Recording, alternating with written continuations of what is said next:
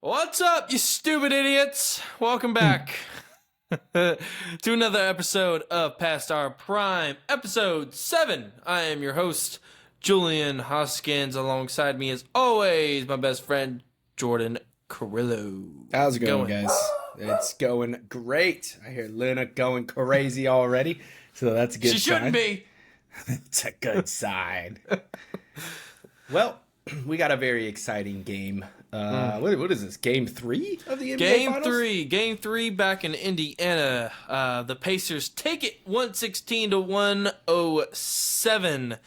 Was the most, I wouldn't say the most exciting, because I think the most exciting game was game 1, but I feel like this was kind of the most exciting just because it was close the entire game.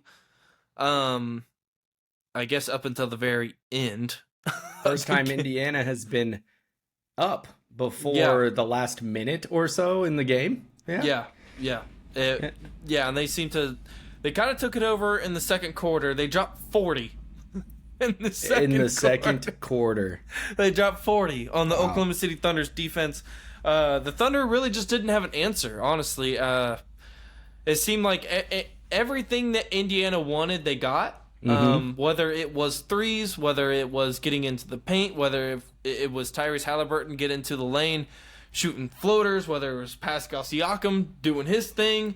Seemed like their pick and roll action was really working tonight, and some calls, very much in the fourth quarter, were kind of going their way. But credit where credit is due. The Pacers take out Game 3 in good fashion. So I don't really know where to start here, because the fourth quarter was pretty ugly for the Oklahoma City Thunder.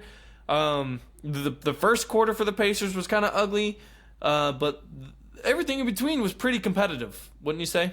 Yeah. It was like watching a hockey match out there, man. Yeah. I wanted to let's start off right from the get go. Right, let's do it. Quarter 1. Shea gets a foul called on him. What is it, 6 seconds in? 6 seconds in. 6 seconds in, Shea gets a personal.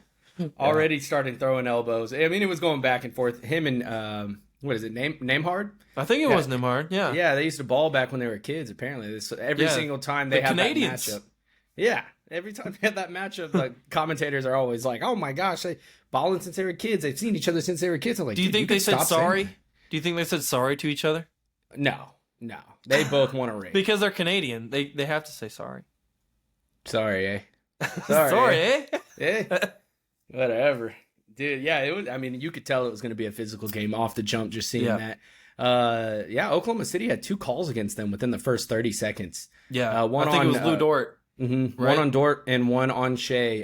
Both personal fouls, I believe, that was going to show kind of the tempo. So early on, some starters getting some flack, so they had to kind of reel it back in. And I don't want to say that's kind of what set the tone defensively for them, or the reason why they kind of struggled this game. The biggest factor that I want to take away from this game is OKC had 17 turnovers. And 21 points for the Pacers scored off those turnovers. So kind of put it into perspective there. OKC was very, very off with their ball control, but could we say that was because of the Pacers' defense, the things that they changed internally? 100% can't say that, but there were some careless turnovers in the game. We'll talk through them by each of those quarters, but I want to say early on, just watching the game, you knew it was going to be a physical fight, just by the early calls there. So, I mean, OKC was the one to catch those 2 fouls early on the personal, but I want to say that it was the physicality from both teams, that it could have been either way, right? So they just decided, hey, we're going to pull the trigger on OKC, tell them to reel it back. So it kind of let the Pacers have a little bit more free reign. Of course, Chet's going to be the first one to score the points in the game. I believe it was kind of like a little layup or whatnot. He actually had the first, I think he had the first 6 of the first 10 points. Mm-hmm. And I think he was like maybe 8 of the first 15. Or something like that. I mean, he came up very aggressive. But you could argue, too, that the Pacers kind of just set the tempo for the game, right? Mm-hmm. Like, we are going to be physical with you the entire game. And I feel like that was definitely a sign for Shai Gilgeous-Alexander early on. Like, we are not going to let you dictate the game the way that you usually do, right? Mm-hmm. From the very get-go. We talk about the first 6 seconds of the game. Shai gets a foul called, of course, because Oklahoma City wins the tip, right?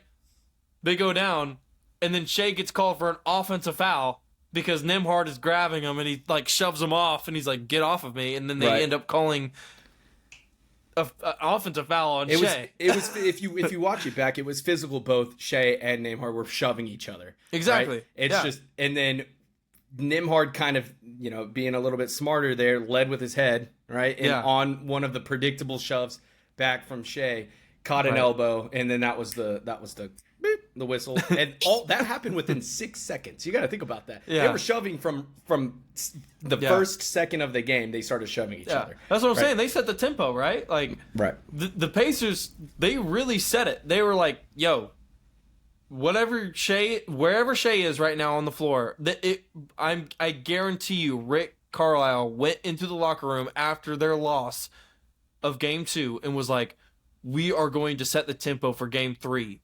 Wherever Shai is on the floor, we are going to put a body on him. It's like I don't know if anybody's ever seen the Dream Team. Maybe not the Dream Team. What do you call it? It's on Netflix, but it was a scenario where Kobe was facing off against another team in the Olympics and was like, it was like one of his teammates, right? And they were like, Kobe, before the game even started, he was like, yeah, I'm going to run over this dude and I'm going to run through his chest. And then the whole on his own team is Pau Gasol. Yeah, it was Pau Gasol. And he was like, I don't give a damn. Like obviously the foul's going to be on me, but I'm going to set the tempo. And I feel like that is exactly what the Pacers did tonight. They were like, I don't care where the freak Shai is on the floor. We are going to body him from the get-go. No matter who wins the tip, offense or defense, we are going to set the tempo. And it just so happens that Shai ends up committing the foul anyways, so they get the ball. But then it didn't matter for the Pacers anyways, because I think it was like a 6-0 run from the very get-go of the game, right? 6-0 run, forced a timeout. Yeah, so it was kind of in Oklahoma City's control at that point. Also, Shai defensively there was a mismatch on Turner, where Turner actually was going to go up for the shot. A bigger guy, you have to follow through and finish it. But Shai blocked the shot on the back end, grabbed the ball. So I was like, okay, Shai's got some hands. No matter if he's going to get a call foul, he's going to have a good game, right? You can see that. But Shai tonight only had 24 points. He wasn't even the top scorer. I think J-Dub had the most points at 26. But which is unlike Shai. Usually he has, so far in this series, his game 1, he had 38 points. Game 2, he had 34 points. So he's been in that 30 high on the higher end of 35 points every game. Now he only has 24. And you can kind of see his tempo die out a little bit on quarter 4, where he's kind of walking out there trying to catch his breath. It seemed like he was wore out because every time he has the ball, it's full court press. And that's exactly what OKC did to Halliburton game 1 and game 2. Now, let's talk about Tyrese Halliburton. He started off the game with a different mindset. In the last podcast that we had, I said Halliburton had 2 field goals made at 3 minutes left in the third quarter. That was not the case here. Combined within game 1 and game 2, he had anywhere from 12 to 15 points. Combined, here in the first half, he was already leading 12 to 14 points just in the first half, and now he ended up having, what was his final score tonight? It was 18 or 20? He had, 20? Let's see. Halliburton ended up with 22. He was 22. 9 for 17. He was actually 50% from 3. He was 4 for 8 from 3. He knocked down some really, really crucial shots, especially there in the fourth. There was one very late in the fourth that he was coming off I wouldn't say a high ball screen, but he was coming off of a screen. I think it was from Siakam. He caught the ball on kind of like the right wing, took one dribble up to the top of the key and hit it, and that kind of just sealed the deal from there. But to kind of go back to the Shai Gilgeous-Alexander point, too, he didn't score his first field goal until the 2:24 mark of the first quarter. Yeah. Which is very, very unlikely of Shea, right? Mm-hmm. You usually see Shea, I mean, the first maybe third possession of the game, usually one of those shots is going to be Shea, if not all of them are going to be Shea. Mm-hmm. And again, to just put the emphasis on the tempo that the Pacers were putting on the Thunder tonight, they were like, we're not going to let you have anything easy tonight. And credit to Shea that first quarter, because the Thunder ended up leading that first quarter 32-24. Right. So everybody else pretty much stepped up. I think Dort had 3 threes in the first quarter. Yeah, he shot 100% 3-3 from behind the arc. Yep. Yeah. So you find, again, you get another game with Dort shooting the ball well. I didn't necessarily think that Chet and J-Dub had a bad game, but then, Shea only goes for 24, which you usually expect him to go for 30 to 31.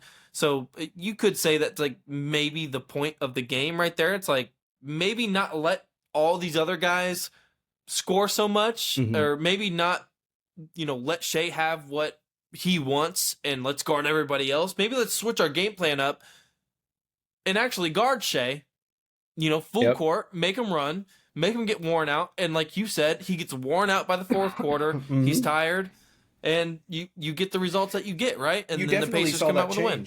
Yeah, you definitely saw that change. And it's almost like that's what teams have to do nowadays, is shut down the top scorer or shut down the top facilitator on the court, right? We've seen that when Oklahoma City would put Lou Dort, Cason Wallace, and Alex Caruso, some of their top 3 defenders, and they would shut down Jokic. They would shut down Anthony Edwards. They would shut down Halliburton. John Morant, right? And they end up blowing out these teams and winning because they're somebody who's usually facilitating the ball is forced to somebody else, right? Right. And so it's almost as if the Pacers said, that's what we're going to do with Shea tonight, and they accomplished that. I mean, Shea still scored 24 points, not saying that's terrible, and Shea was still a big decision maker within the third and the fourth quarter, facilitating the ball, but it's almost as if by that fourth quarter, Shea was so worn out that he needed somebody else to facilitate a little bit more. Maybe it needed to be J-Dub. Maybe get a newer body out there like Isaiah Joe. Somebody who can at least take the ball away from our bigger players and force some more perimeter shots. Yeah. Maybe that, because when you shoot perimeters, you also get more rest than having to constantly keep cutting and keep driving in. And it just seemed like in that fourth quarter, everybody from OKC was just worn out. And mentally, too. I mean, you're playing away. You don't have the crowd on your side. Momentum's not always there. It's harder to get that. But, I mean, ultimately, OKC led 32-24 by the end of the first quarter. So it's not like it had a huge impact in the game, primarily because other players like Chet Holmgren and Jalen Williams stepped up to the plate. Lou Dort shooting 3 for 3 behind the arc, right? Really having a good game. Yeah. Wiggins had a great game last game, and he was just kind of non-existent in this game. He had some minutes. He was put in, but it didn't seem like he had a factor or key role. Yeah, he did not have an effect at all. They were keying in on him. It seemed like every time he had the ball, it was, there was a guy on him at all times. Who I did think that stepped up, though, for the Thunder in the second quarter, especially, was Isaiah Joe. He knocked down 2 threes. I think it was back-to-back possessions, which were, I think they were down 3 on each possession that he hit those threes to tie it. But then you didn't really see anything after that, right? We go back to the bench play because the bench for the Pacers was phenomenal. They had 30 points at the end of the half compared to the Thunder's 11. 9. I think it was 9. It was the 11. Thunder, or maybe it was 9. I might have to check on that, but I thought it was sub 10. But yeah, I wrote it down here. Yeah, 30-11 at the half for the bench. The Thunder didn't have a bench point until under the 7-minute mark of the second quarter, which is very, very rare for the Thunder. And you already brought up in the second quarter, the Pacers scored 40 points. 40. And here's another crazy statistic on the second quarter. The Pacers had no turnovers. None. The Pacers had no turnovers in the second quarter. And they put up 40 and took the lead 64-60 going into Looks like they figured something out. Yeah. ball security. Secure don't them turn balls. it over. If we don't turn it over, we have more underwear, possessions. Man. I don't know, man. Your balls aren't hanging out there anymore. Tighten them up. Tighten them up. That's what they did, man. No turnovers in the second quarter, which ultimately allowed them for the first time in the series to actually take the lead and maintain it. Tighten them up. You're an idiot. Tighten your balls up. Tighten your underwear up so your balls aren't hanging out. All right. Yeah. I have a question for you. Is it about balls? No. Okay.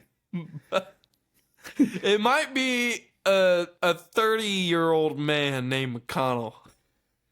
30 plus. 30 plus. Why? 6 foot. Look, go ahead. My question for you and for anybody in the audience, because I really want to know your answer. Is McConnell a low-key X factor for this series? No. He seemed like it. He seemed like it tonight. He seemed like it, but he's not. I'm telling you why. One, I don't think they watched enough film time or they overlooked McConnell. But this dude, let me just highlight. McConnell's what, 31, 32, or 33? Somewhere I think he's 31. 31. I think he's 31. Somewhere he around might there, be right? 30, actually, but he's 6 foot tall and white. Look, TJ McConnell, 30 years old, 6'2", an X factor in game 3. You're telling I don't even think he's 6'2", bro. I think he's 6 foot, like on the dot. On the dude is not, but he's like Alex Caruso's height. So I think he's like 6'1" or 6'2". I think he's smaller, bro. I gotta look this up. I think he's smaller than Alex Caruso. Anyways, dude had 4 steals for the night, but it's five steals. 5 steals. 5 steals. 3 of them were on inbounds. On inbounds, bro. On inbound steals. You know who else does that? When me and you are playing 2K on a Friday night and you're sitting there full court press and you're just, when somebody's being careless and just hits A and they just throw the ball in and you steal it and score real quick. That's what McConnell did on the Oklahoma City Thunder. It was terrible. It was Oklahoma City spamming A because they're raging. They're like, get the ball in bounds. You know? It's like McConnell just sitting there. He's just sitting there like, I got to grab the ball, and grabs the ball. Yeah. I mean, they were really bad, too. I mean, like, one was in, 2 were in that second quarter, but one of them was like, I think it was Case and Wallace throwing the ball in, and Chet Holmgren is just running down the court, lollygagging, basically after a made basket. Mm-hmm. And, he just throws it, right? Like no effort on the pass or anything. Like, that's the thing too. What really made me mad about the turnover that Alex Caruso had in that fourth quarter was that you have 5 seconds, and also after you have a made basket, you can run the baseline. You don't have to stand in one position. Right. You can literally run across the baseline and throw it in and get a better angle on like where you're throwing the ball. But instead of doing that, you grab the ball and just lazily just throw it up, and McConnell's just like, "Oh, I'll take that." Yeah. And it was the same thing with Case and Wallace. It was like, and I guess I blame both of them. Because it's like, Chet Holmgren, that they're full court pressing. Like, they've been doing it the entire game. So there's nothing different there. Like, why are we so surprised that they're full court pressing? Why are we lollygagging, jogging down the floor like we're just gonna get an inbounds pass? Like we're playing a game on a Tuesday in the middle of February. Like, this is not that. This is the NBA Finals. Like, you could tell that the Pacers just wanted it more in that game. And you got that spark from McConnell, which is why I asked the question, is McConnell the X factor? Is he the Alex Caruso of this team? I actually wrote that down. Was McConnell defense bringing fire, steals, transition, and energy early on in the second quarter? I put creeping and lurking. That's what he's doing. He was a lurker. He's lurking and creeping, bro, because like he's only about 6 foot tall. He's 30 years old, and just some white boy out there that just like is kind of like dad out there, I guess you would say, right? You kind of overlook him when you're passing the ball in, right? But bro, Lindsay, I'm sorry. Lindsay, my girlfriend, could not stop looking at him and just being like, he looks like he's 40. Yeah. He looks like he's a 40-year-old dad. Age. Looks like he's a 40-year-old dad out there on the court. Anyways, go ahead. Yeah, that's basically what I was going to say. And the fact that the Pacers had no turnovers for the entire second quarter really just kind of showed them, hey, you got to get your head out of your ass, man. If you're OKC, you just got to tighten up. Stop throwing the freaking ball over McConnell's head because he's going to be somewhat there when he's in the game. And it just seemed like TJ McConnell, I starred him for the second quarter.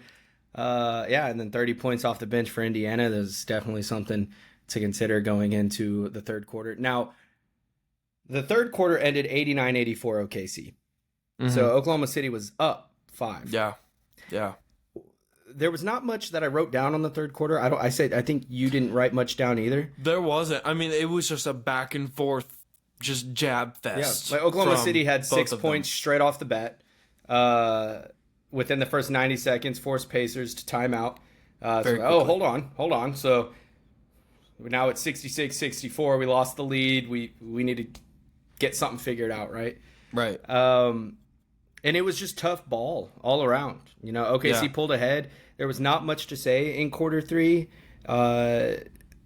It was just very. I feel like everybody stepped up though. It wasn't just like one. It wasn't just like a one guy. It wasn't just like a Shea or a J-Dub. It wasn't just like a Halliburton or Siakam. It was, first of all, we have to get to Matherin at some point because he was amazing, and we'll get to him in a minute. Mm-hmm. But it was everybody in that third quarter. I feel like everybody that stepped onto the court made a really clutch basket, made a really clutch turnover, right? Like forced a turnover or ended up causing a turnover for their own team or something.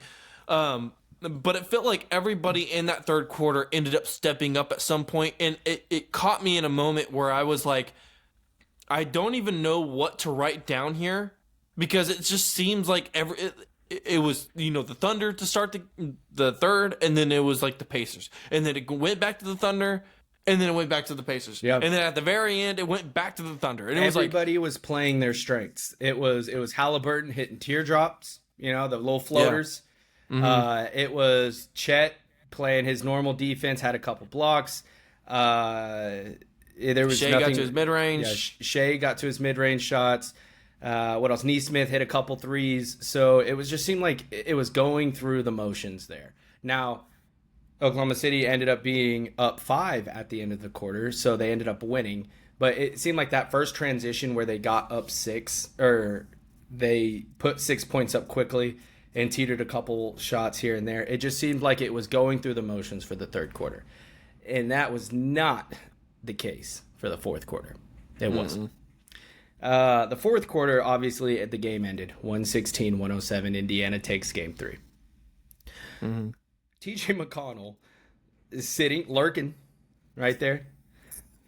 Gets a steal on Caruso. That was heartening. I don't know if that was the end of the third quarter or in the fourth. No, quarter. End of the third quarter, it was a Chet and one, and then I don't remember what happened on the Pacers possession, but they either turned it over or they missed a shot. Then J-Dub hit a 3 right before the buzzer at 0.8 seconds left. Yeah.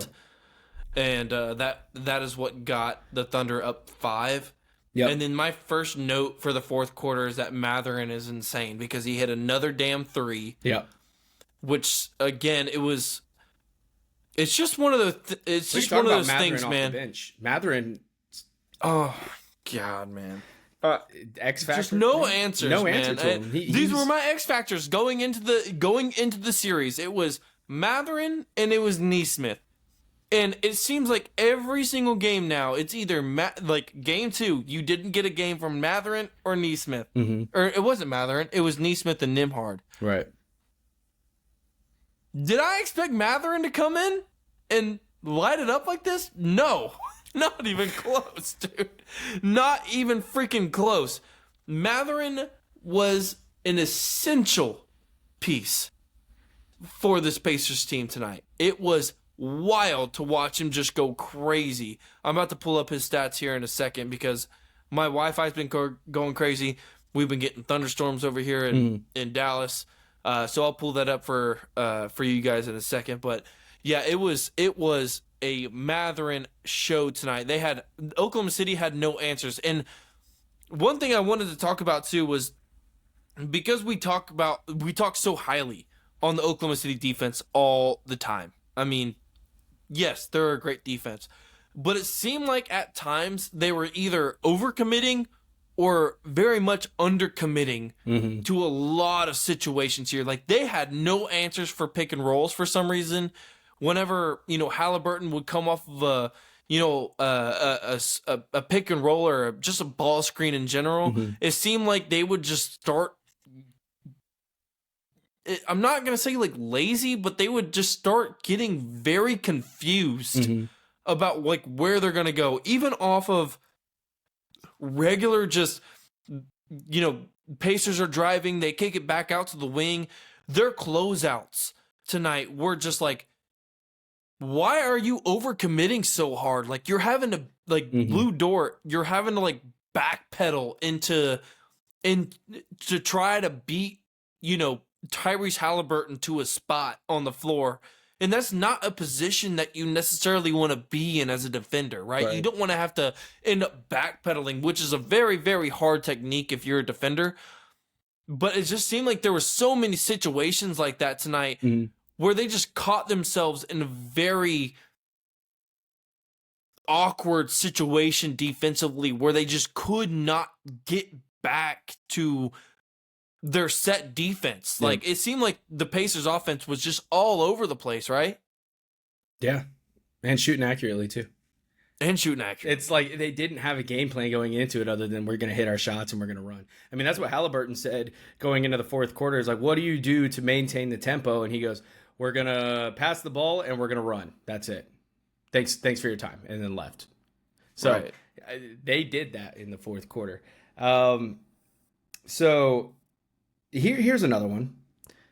It happened early in the fourth quarter. TJ McConnell threw the ball out of bounds. And Hartenstein kind of threw his hands kind of by it, but it wasn't even close. Like, not even close. How many officials are on the court in an NBA basketball game? 4. 3 or 4, somewhere around there. 3. Yeah. I don't know, somewhere around there, right? You got what, 6+ eyes looking at this ball, and TJ McConnell throws it out. No one even near besides Hartenstein. And even when you throw a ball, it has to kind of misdirect or go a different direction if somebody were to tip it or touch it. They called it out on OKC Pacers ball, and then forced Mark to call a challenge on a ball that was so obvious that it should have been OKC's ball, that it wasted a challenge so early in the fourth quarter. It was ridiculous. I mean, how do you get that wrong in the NBA Finals? How do you get that wrong? It was so bad. I was laughing hysterically in Buffalo Wild Wings tonight. I was laughing very, very hard because there was a few calls that went the Pacers' way that I was like, this is really bad. And that might have been the tipping point. I don't know. It was like, you usually see whenever you have a tip ball, right? The guy passes the ball, your fingertips are literally pointing the direction that the ball is going. And that was the case for McConnell's pass. He threw it, I think it was maybe J-Dub that was like guarding him or whatever. But you could obviously, there was no like different spin on the ball. The ball was going straight exactly where McConnell was throwing it. And they still got it wrong. And even on the TV, it's like sometimes it's hard to kind of see where, what's happening, like from the angle that you have on the TV. But even on the TV, it's like that was clear as day. Yeah, you threw it out of bounds. You threw it out of bounds. And you can even see McConnell's reaction after that. McConnell, after he threw it out of bounds, he literally held his head and he's like, "Oh man, like crap, get back on defense, right?" Even Siakam, like who he was throwing it to was like, he literally started jogging back on defense. And then the refs are like, "Eat Pacers ball," and then you can see the whole bench was like, "What the hell?" Yeah. Like, what? Right. That was like, no way that they just got this wrong. No way. Like, you're making a team waste a challenge because sometimes too, Jordan, in the NBA, refs will make the wrong call, or one ref will make the wrong call. And they'll overturn it without needing a challenge. And, yeah, without having a challenge. They'll all come together and they'll be like, "Oh, yeah, my bad." Other way. That was not. They were going to roll with it. They were going to roll with it. Yeah, they were literally going to get well, that guy said it, and I probably wasn't paying attention, so it's going to be on him if we're wrong. So let's just force him to challenge. But it sucks, man, because when you get down to a tight game as it was in the fourth quarter, in the NBA Finals, you want to save that challenge as long as you can. And it's also a momentum thing, too. Right. It's a momentum thing. It's like the Thunder, what they really want to do in that situation, because they just caused a turnover, is they want to inbound the ball quickly while the Pacers are still trying to get back, right, and trying to catch them off guard. But now you have to challenge, right? And everybody gets a little timeout. Everybody kind of gets a game plan a little bit. The Pacers get to get back on defense. They get to inbound the ball, and now the Pacers defense is set. And you don't get exactly what you wanted out of that, right? Like, you still got to go execute. And you had to waste offense, a turnover while doing it. Or you had to waste a challenge while doing it too. So yeah, that was terrible. Terrible. I want to get back to Matherin really quick because Matherin, man. Benedict Matherin was 9 for 12 with 27 points tonight. 2 for 3 from 3, 4 rebounds, 1 assist with 22 minutes. He's playing duck hunt out there. He was wild tonight, duck dude. Hunt.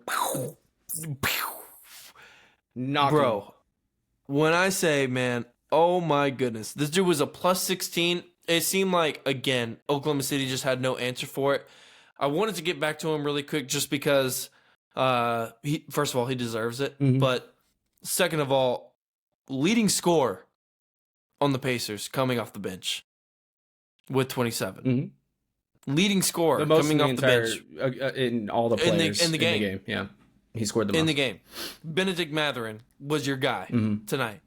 Again, if Oklahoma City, once again, comes out and if they just play good defense like they usually do and not allow Benedict Matherin to kill you, and he averages a solid maybe 10 points, like he usually does, 12, right? 15 maybe.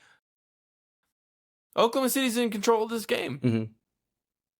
But that is the scary part of the Pacers right now, is that anybody can step up at any point in time. It doesn't matter if it's Siakam one night. It doesn't matter if it's Halliburton one night, or if it doesn't matter if it's freaking McConnell one night, because that's what you saw on the defensive side of the ball from McConnell. But then you get games like that, right? Where you get 27 from Matherin.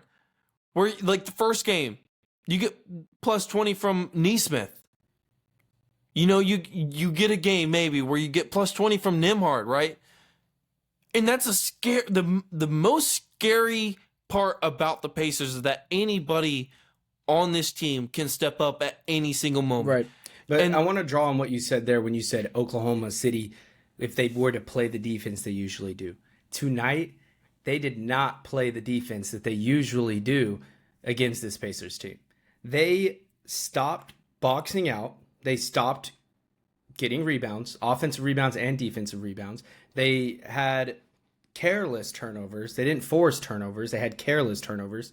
And it seemed like their style of play was just impacted. And I want to say it was because of the Pacers' aggression and wearing them out early on in the game. But also mentally, I don't think they were ready for the punch that they were about to get faced with tonight.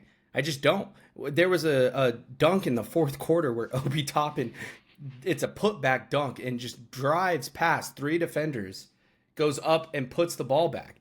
Drives past Caruso. I want to say it was Case and Wallace in there, but I might be wrong. But definitely Caruso, where you had the opportunity to box out. It may have been Dort, but had the opportunity to box out, and he drives past 3 defenders for a putback dunk. And that's what I'm just talking about as, like, you had rim protection there. Like, your backs were faced out, and you had the ability to go up and get that ball. But since you didn't set your feet, you didn't square, and you didn't play defense, you allowed Obi Toppin to come up and make a play and keep the momentum on their side. And that's where Oklahoma City usually does very, very well at defensively and secures those rebounds. And tonight they just got beat on the glass over and over again. And it starts. But they didn't, though. But they didn't. Oklahoma City won the rebound battle, 42-36. Okay, so they had 40. They had 4 more rebounds, but it seemed like in those moments. The scary part about this series is that Oklahoma City is doing the things that they were doing wrong in game 1, where they got out rebounded by like 15, 18, or whatever the hell it was in game 1. And then you come out game 3, you're trying to fix these issues, you win the rebound battle, and then you still lose the game. You still lose the game. Right. Because, again, like, you get a game like that from Matherin, right? And it for the Pacers, man, it could be one guy that changes the entire trajectory of a game, of a series. And that's just the scariest part. I don't think Oklahoma City has seen an offense like this in the Western Conference. An offense that can shoot the ball like this in the Western Conference. Like, at least with Denver, you knew that if you could stop Jokic, you could stop probably everybody else from shooting. Because if Jokic isn't getting everybody else going, then that means everybody else is most likely going to be off. And you still struggle with that series. You won in 7, right? With Anthony Edwards, if we stop Anthony Edwards, we know that everybody else is going to be super, super inconsistent. And that's exactly why you won in 5. Now, in this series, yes, you can stop Halliburton. Guess what? You have Nembhard right behind you. You have Nesmith right behind you. Apparently, you got Benedict Matherin right behind you. You have Siakam right behind you. Anybody else can go off in this series. Their offense is just that damn good. Right. It is. And if Oklahoma City wants a chance to win this, they have to focus on all 5 guys on the floor. They can't allow any weak points defensively. They just can't. Because one guy, everybody on the floor for the Pacers can put the ball on the floor, right? They can drive after you. They can penetrate. They can kick. They can drive. They can spray it around the perimeter. They can do anything. Even we go back to guys like Miles Turner who can shoot threes. Yeah. And we're supposed to be saying that about the Oklahoma City Thunder, about Chet, right? Like being 7'1", a 7'1" center who can shoot threes, right? But he hasn't been consistent. We're supposed to be saying that about J-Dub, he was an all-star this year, who hasn't been consistent. Shea even. Like, yes, we know what Shea's going to bring from night to night, but there is going to be some nights where he only puts up 24, which is what you get tonight. We saw that in the Minnesota series. We saw that in the Denver series. Like, there's going to be games where these guys don't put up their best. And I'm just wondering if Oklahoma City's best is better than the Pacers' best. What are your takes about that? I think the Pacers just play with more heart. It feels like they just want it more. I don't see the passion from Oklahoma City right now. I don't. Maybe they showed it in game 1, where they kind of fell apart in the 4th quarter. Maybe they showed it in game 2. I just don't see the hustle and the passion that I see from the Pacers. The Pacers are out there. They want it. They're playing aggressive. They're getting calls. I mean, Nesmith fouled out with 35, 40 seconds left in the court. I think everybody should be on the verge of fouling out and not with 1 or 2 fouls, right? If you are out there really trying to win the game, when it gets down to that point, you have your bench that forced them into into a spot, right? You got Aaron Wiggins if you're Oklahoma City. You have Isaiah Joe. That Caruso, if you were to foul out, by all means, that's going to happen. We'll fill your role, right? Chet, if you foul out, we'll fill your role with Hartenstein. We will work with that. But we need to see aggression. We need to see heart all 4 quarters. And it just seemed like they were getting their asses whooped. They were up. Yeah. They were up in the end of the 3rd quarter. In the beginning of the 4th quarter, they were up. But when that 4th quarter hit, they were wore out. They were tired. And they did not seem like they wanted to close that game out. They just didn't. And that's my take on that. If it's going to come down to whoever wins this series, it's going to come down to whoever wants it more. And there's got to be a certain drive in Oklahoma City. I know those young guys want it, right? But do they want it as bad as the Pacers? Because they always come in and they say, well, the job's not done. They always have this nonchalant attitude, and they're like, we just got to win the days beforehand. And I'm sure you want a ring. But, dude, the Pacers have passion, and they are playing with heart. You could see it in the media. You could see it in their post-game interviews when they're talking about how they did and what they're going to do to compete. And it's almost like they have the media on their side. It's almost like Oklahoma City is painted as the bad guys. They're the villain right now. For some odd reason, the NBA wants to paint Oklahoma City as the villain. And I truly just don't understand that narrative. I really don't. I don't know why. Like, this started like before the playoffs started. Mm-hmm. And I forget who it was, but like people were trying to paint Shai Gilgeous-Alexander as the villain of the NBA. This dude was up for a Sportsmanship of the Year award, and we're trying to paint him as the villain. This dude never freaking talks like on the floor. Right. He doesn't talk trash. He's not out there like saying he's the best or whatever. Like he's literally out there just trying to hoop, man, and like take it what you will. Like, yes, he draws a lot of fouls, but Jesus Christ, man, like you can't say somebody's a villain whenever he doesn't even talk trash. Like I really don't understand that narrative. So it is kind of just tough, man, on Oklahoma City and, you know, the fans and stuff, because the fans are great. Obviously, we've lived in Oklahoma City for a long time, too, so it's like we know what Oklahoma City is, and it's to paint Oklahoma City as like a villain is actually kind of freaking wild to me, because it's some of the nicest people you ever meet in Oklahoma City, and anybody that you talk to, even around the NBA too, they'll talk about the hospitality and the politeness of the people around Oklahoma City, and I think the players really represent that well, right? Like they're a bunch of really, really stand-up guys that care for one another, that hang out with one another, that want to see each other succeed. Even when Shai won the MVP, he has all of his teammates there, and you know, says he couldn't do it without him, and you know, it's kind of just wild that people want to paint the picture like that. And I think a part of that is too with this series and in particular is that you have, you know, obviously the whole, like, Caitlin Clark plays for Indiana. You have Pat McAfee he resides in Indiana and does his Pat McAfee show there. You have Reggie Miller that played for the Pacers. All 18 years. Bruh. I was like, okay. And then you go to Oklahoma City, and it's like you don't have the celebrities, right? You don't have, like, the pregame shows, like the Pat McAfee show that he had. I think it was maybe at, like, 11 or 12 p.m. today. 12 p.m. today. It was like, you don't get that in Oklahoma City, bro, because there's not celebrities, right? There's not people standing around. But, like, that doesn't mean that they're the villain. Right. That doesn't mean that they're bad people or something. They have this character about them that they're like, we're just going to go out there and we're going to win.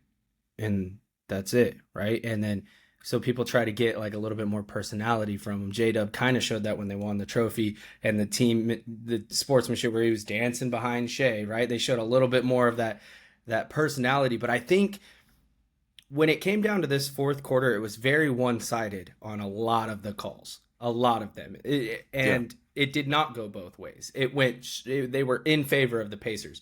There was one where who was it? You said it was Neesmith that fouled Neesmith. Caruso.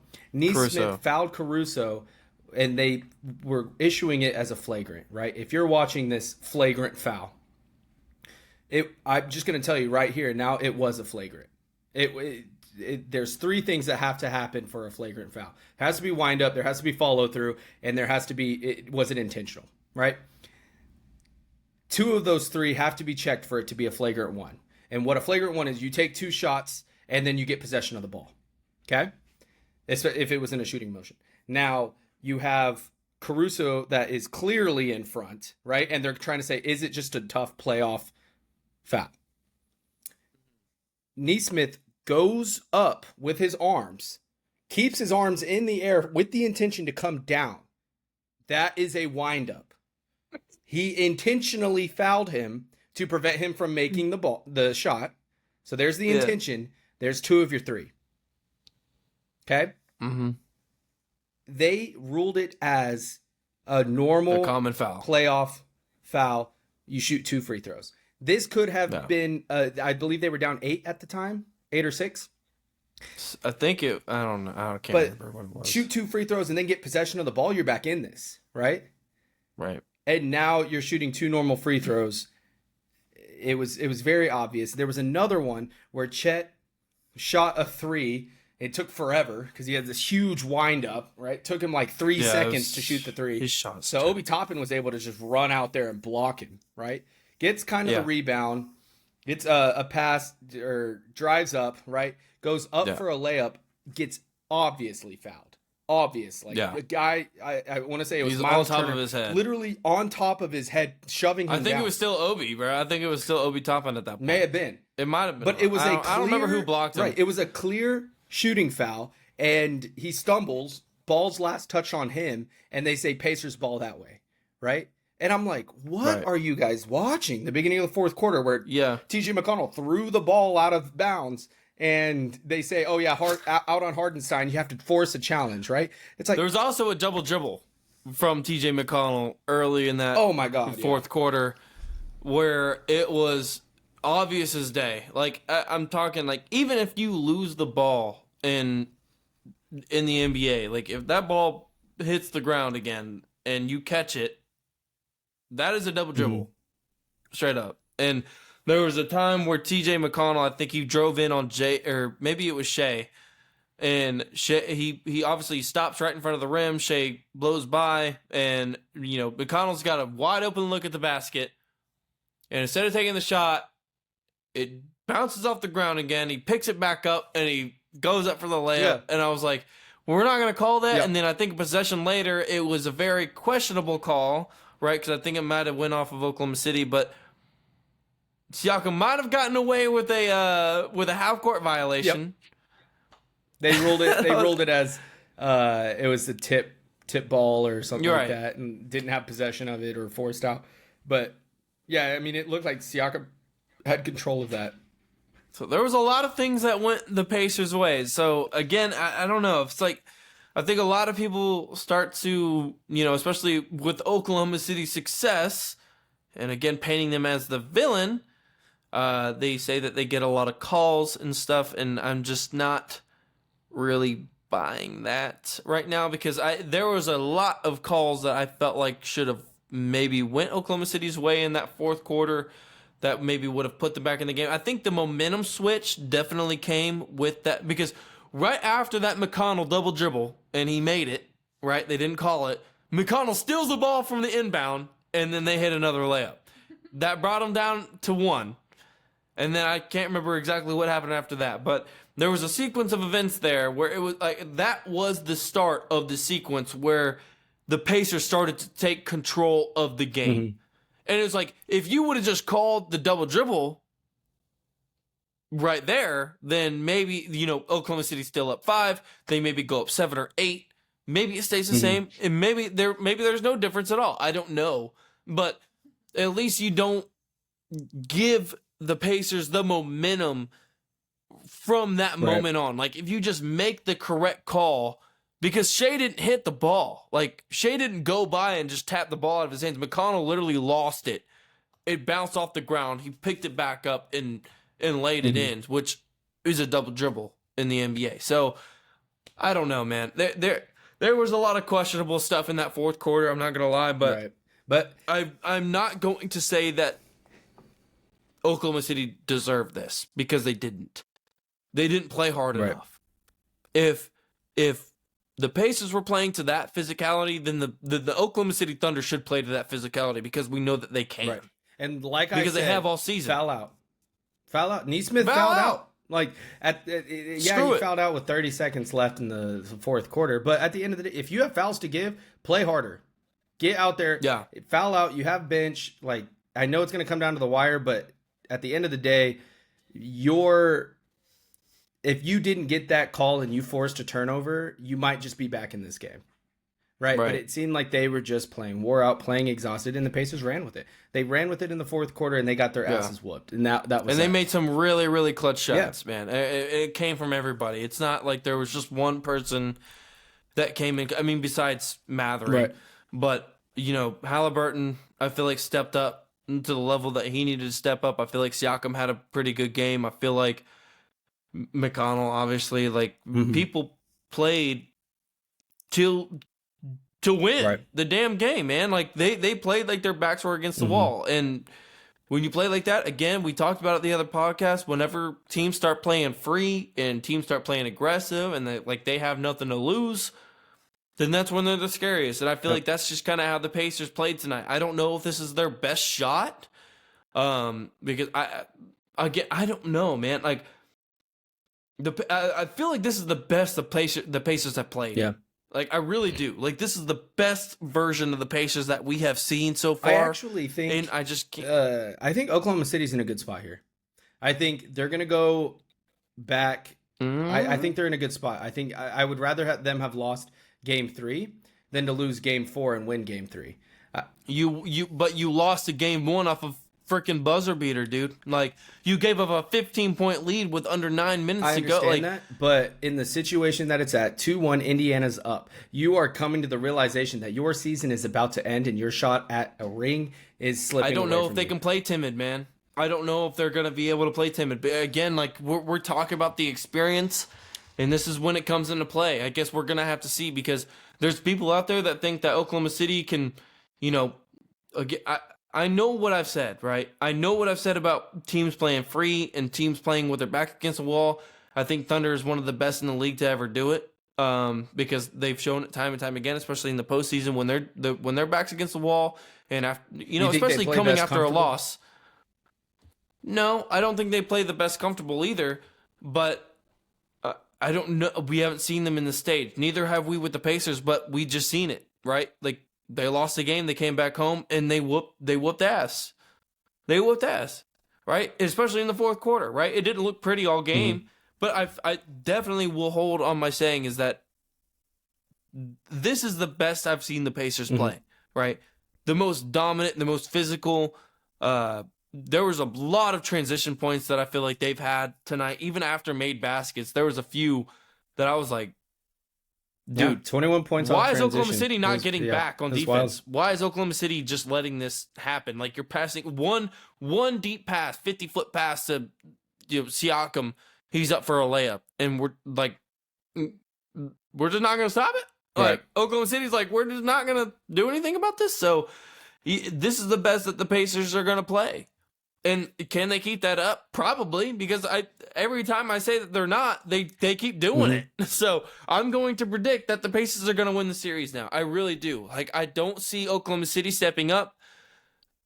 If they do, then prove me wrong. But from what I've seen so far, the Oklahoma City Thunder is just not ready for it. Yeah. And I would love to be wrong. I really would, because they've proven me wrong in every single statistical category and every single thing that I've ever thought of them from the beginning of the season till now.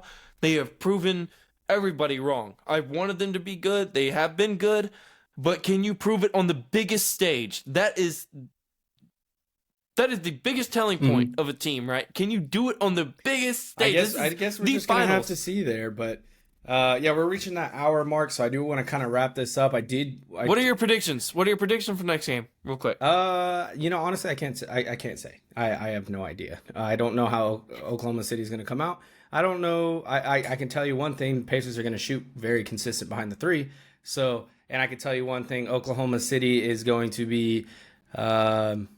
I don't know. They could have a very good offensive game and a not so good defensive game, but I think they're going to come back with some defensive pressure. I have no solid prediction on that.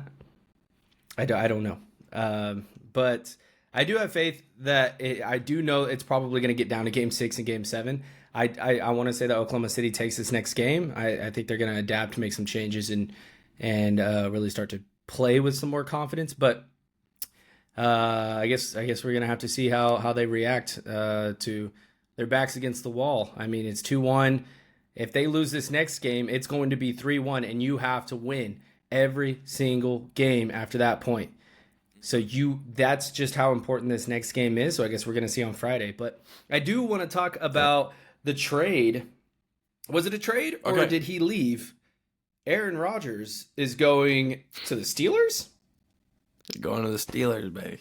Jets to the Steelers. How did that happen? Yellow and black and yellow, black and yellow. I know the Steelers, they had, Russell Wilson? Russ. They had Russell Wilson, who was, he could have had a better. He's terrible. He could have had a better. Don't even sugarcoat it. Don't even sugarcoat it. He could have had a better year.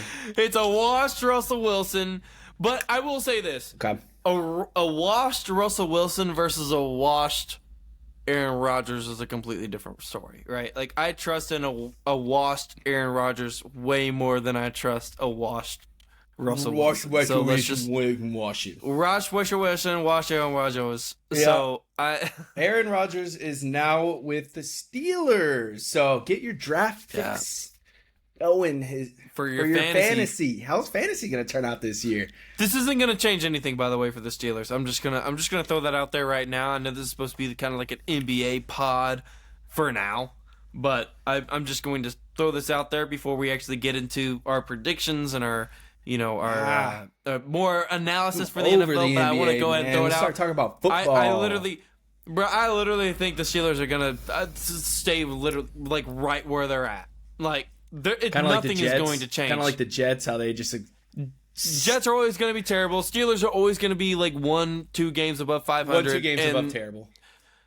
Exactly. And then they're going to lose first round. If not, they're going to get to the wild card game or whatever, and they're just going to get bounced, right? Like, nothing is going to change for that team. Like, Aaron Rodgers is not the answer, and I think that's what the Jets thought with Aaron Rodgers coming in at 40 years old.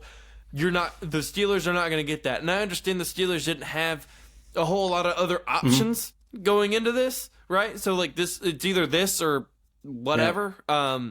But it's like last year you had some, you had Justin Fields. Right now, Justin Fields is with the Jets. So, we'll see what happens there. Well, but, you know who my number one pick is going to be for the draft this year? Who? Saquon Barkley. Saquon Barkley, man. If I don't get him first. That was a clutch pick for me. I did terrible in the draft because a few of my people ended up getting hurt. And then I had, inconsistent Aaron Rodgers throwing. Maybe that's what we'll do. We'll have a podcast all solely dedicated to the draft of draft. who your eyes should be on. Who's that guy from the Saints? Yeah. Pickett. What's his name? You talking about Kenny Pickett? No, the guy from the Saints. He's not on the same. Who are you talking about? Oh man, I can't remember. It's one that your brother ended up getting that I was trying to trade for. He was he was on like a special teams position. He ended up getting put to like a receiver and did like really well for the Saints. I'll have to look at it. I don't know. My mind has not been in the NFL mode for probably 3 months now, so get ready. Yeah, I'm ready. Trades are happening. People are moving. Yeah. Teams are about to start reflecting. OTAs are officially starting, and we got, training camps and all this other stuff going on. So there's a lot of NFL and college news coming up after the NBA finals. So stay tuned for that. Jordan, take it away with the socials really quick. Yeah, if you liked what you heard today, feel free to give us a like, comment, subscribe, follow, all that good stuff on all of our platforms. We got Past Our Prime on YouTube and Facebook. Then we have Past Our Prime 25 on Instagram, TikTok, Past Our Prime on Spotify, Facebook. I think I already said all that. So, I think anyways, I'll say it again. I'll say it. Right. Leave it a like, leave a comment, show some love, show some support. We will be editing and posting these tonight. Stay tuned. Yeah. We're going to be talking about Game 4, the NBA Finals. It'll be released on Friday. You'll see the content on Saturday. So stay tuned. Pacers take Game 3. See you guys on Friday. Be easy. Peace.